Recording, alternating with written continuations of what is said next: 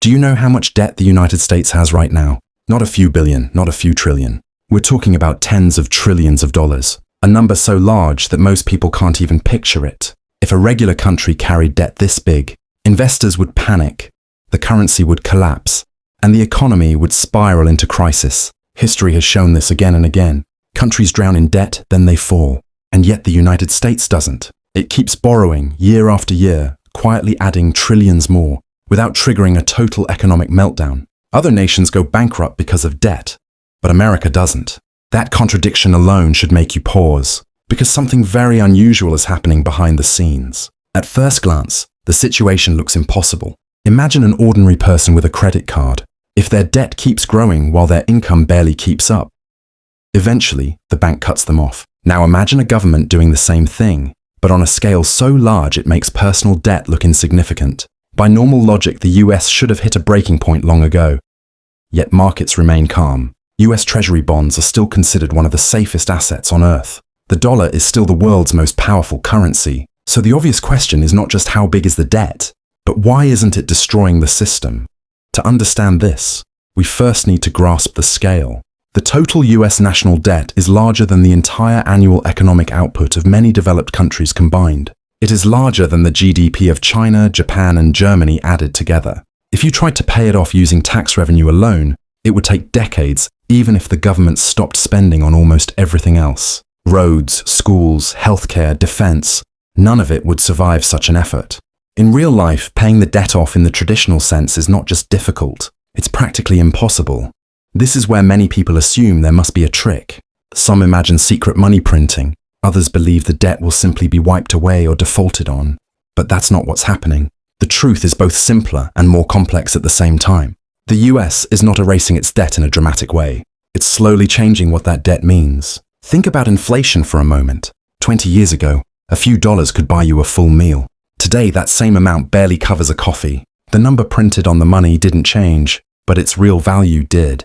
Debt works the same way. When a government borrows money, it borrows a fixed amount in nominal terms. But over time, inflation quietly reduces the real value of that obligation. The debt is still there on paper, but its weight becomes lighter as the value of money declines. This alone, however, does not explain why the world keeps lending to the United States. This is where government bonds come in. When the US runs a deficit, it issues treasury bonds. These bonds are essentially IOUs, promises to pay investors back with interest. Normally, lenders would worry about whether a borrower can repay. But US bonds are different. They are backed not just by the American economy, but by trust. Trust that the US will always honor its obligations. Trust that the dollar will remain stable. Trust that in times of crisis, US debt is still safer than most alternatives. This trust didn't appear overnight. It was built over decades through political stability, military power, and economic dominance. As a result, governments, banks, and institutions around the world actively want to hold US debt. For them, buying American bonds is not a risk. It's a form of protection. During global uncertainty, money doesn't flee the US, it flows into it. Then there is the dollar itself. The US dollar is not just a national currency. It is the backbone of the global financial system. Oil is priced in dollars. International trade is settled in dollars. Central banks store dollars as reserves. This creates constant global demand for US currency and US debt. When the US borrows, it is borrowing in a currency that the entire world needs. That gives it a level of flexibility no other country has. Over time, economic growth plays its role as well. If an economy grows faster than its debt, the debt becomes easier to manage. Imagine owing a fixed amount while your income steadily increases. The number doesn't disappear, but it becomes less intimidating.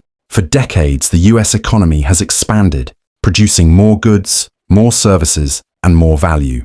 This growth helps absorb the burden of borrowing, making today's debt feel smaller compared to tomorrow's economy. All of this creates the illusion that the debt is being erased. In reality, it is being reshaped, spread out over time, diluted by inflation, supported by global demand, anchored by trust in the dollar and the US financial system. The debt doesn't vanish, but its consequences are delayed, managed, and softened. Of course, this does not mean the system is risk-free. Every mechanism has limits. Inflation can spiral, trust can weaken, growth can slow.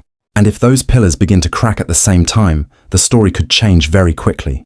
But for now, the system continues to function quietly and efficiently, in a way that confuses outsiders and reassures insiders. By the end of this video, the question will no longer be, how big is the debt?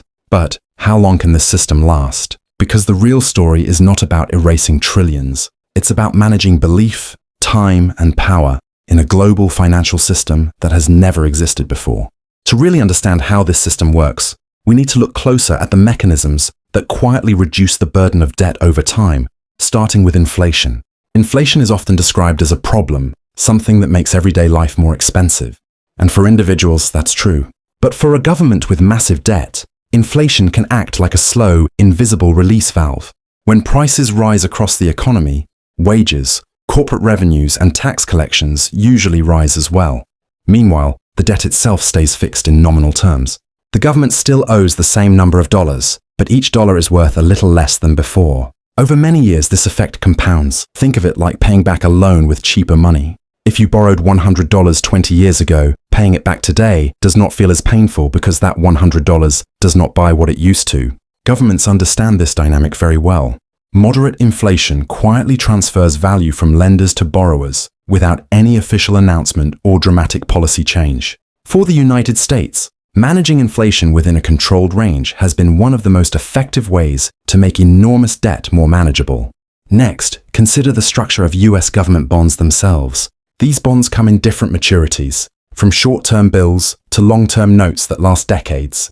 This allows the government to spread its repayment obligations over long periods of time. Instead of facing one massive deadline, the US continuously rolls over old debt by issuing new bonds. As long as investors are willing to keep buying them, the system continues to operate smoothly.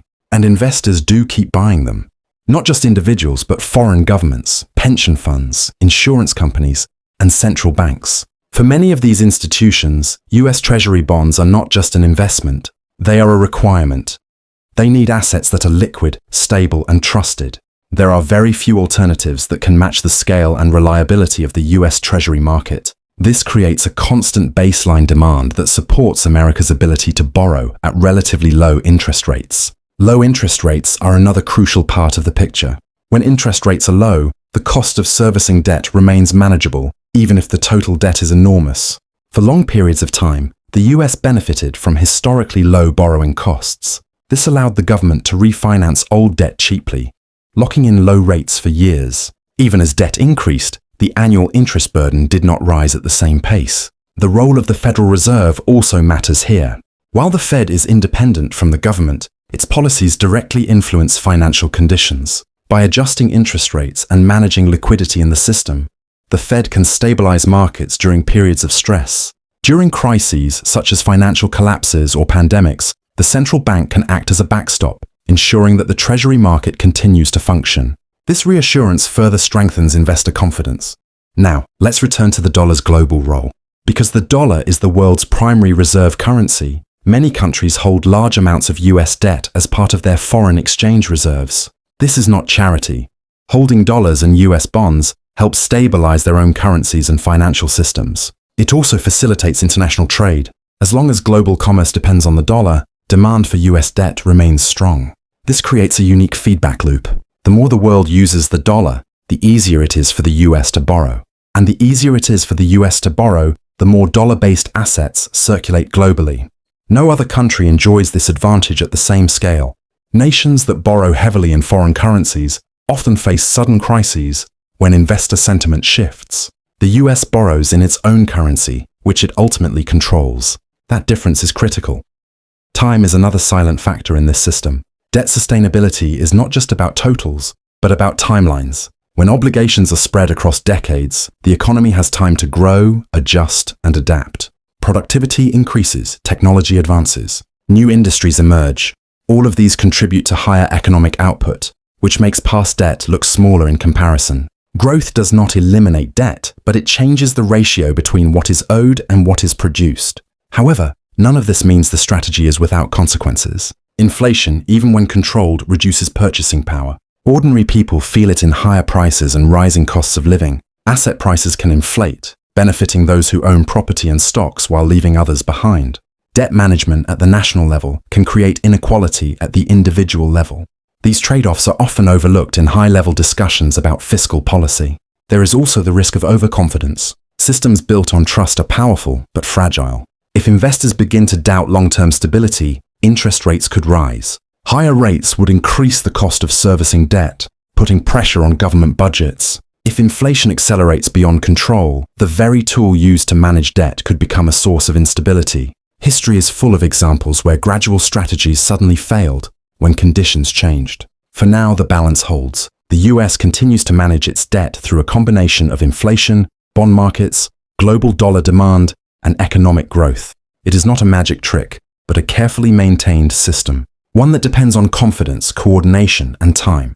The real question is not whether the debt is real, but whether the conditions that support it can endure as the world changes. As this system continues to function, it's important to confront the risks that come with it, because no financial structure, no matter how powerful, is permanent. Managing debt through inflation, global demand, and time works only as long as key assumptions remain true. The moment those assumptions weaken, the balance can shift. And while the United States has more room for error than any other country, it is not immune to the consequences of its own strategy. One of the most immediate risks is inflation itself. Moderate inflation can reduce the real value of debt, but excessive inflation does the opposite of building confidence. When prices rise too quickly, households struggle. Savings lose value. Wages fail to keep up. If people begin to believe that inflation will remain high for a long time, they change their behavior. They spend faster, demand higher wages, and avoid long-term financial commitments. This can create a cycle that becomes increasingly difficult to control. For a country relying on trust, this kind of instability is dangerous. Another risk lies in interest rates. For many years, the US benefited from an environment of low rates, which made borrowing cheap. But higher rates change the equation. As old debt matures and is refinanced at higher costs, interest payments consume a larger share of the government's budget. This leaves less room for public investment and social programs. Over time, debt service can crowd out other priorities, forcing difficult political choices. Then there is the question of global confidence. The dollar's dominance is a cornerstone of the system, but it depends on continued faith from the rest of the world. If major economies begin to diversify away from the dollar, even gradually, demand for US debt could weaken. This doesn't require a sudden collapse. A slow shift is enough to increase borrowing costs and reduce flexibility. The system doesn't fail overnight, but it becomes more fragile with each small change. Geopolitics also plays a role. Economic power and political influence are deeply connected.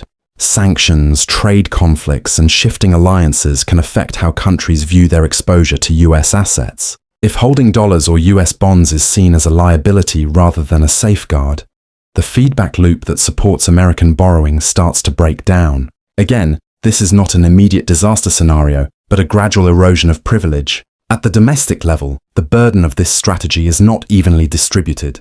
Inflation affects different groups in different ways. Those with assets often see their wealth increase, while those living paycheck to paycheck face higher costs with little protection.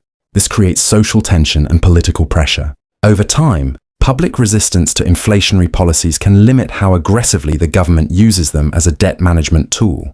Despite these risks, the system persists because it is still perceived as the least unstable option available. In times of global uncertainty, investors do not ask where returns are highest, but where losses are least likely. And for now, US debt still fits that role. It remains liquid, predictable, and deeply embedded in the global financial infrastructure. Alternatives exist, but none match its scale and reliability. This is why the idea that the United States is erasing its debt is misleading. The debt is not disappearing. It is being carried forward, reshaped by inflation, absorbed by growth, and supported by global demand. The real achievement is not elimination, but endurance. The ability to postpone the consequences of borrowing far longer than any other nation could. In the end, the future of this system depends on belief. Belief in the dollar. Belief in American institutions. Belief that the economy will continue to grow and adapt. As long as that belief holds, the machinery keeps running. But belief is not guaranteed. It must be maintained through stability, credibility, and restraint. So the next time you hear a headline about trillions in US debt, the more important question is not how large the number is, but how it is being managed. Because what looks like a financial miracle is actually a delicate balance of trust, policy, and time. And the moment one of those elements falters, the illusion begins to fade. Can this strategy work for other countries? Or is it a privilege unique to America's position in the world? And how long can the global economy continue to revolve around a single currency and a single debtor? These are the questions that will define the next chapter of global finance. If you found this perspective helpful, share your thoughts, join the discussion, and consider following for more deep dives into how the financial world really works behind the scenes.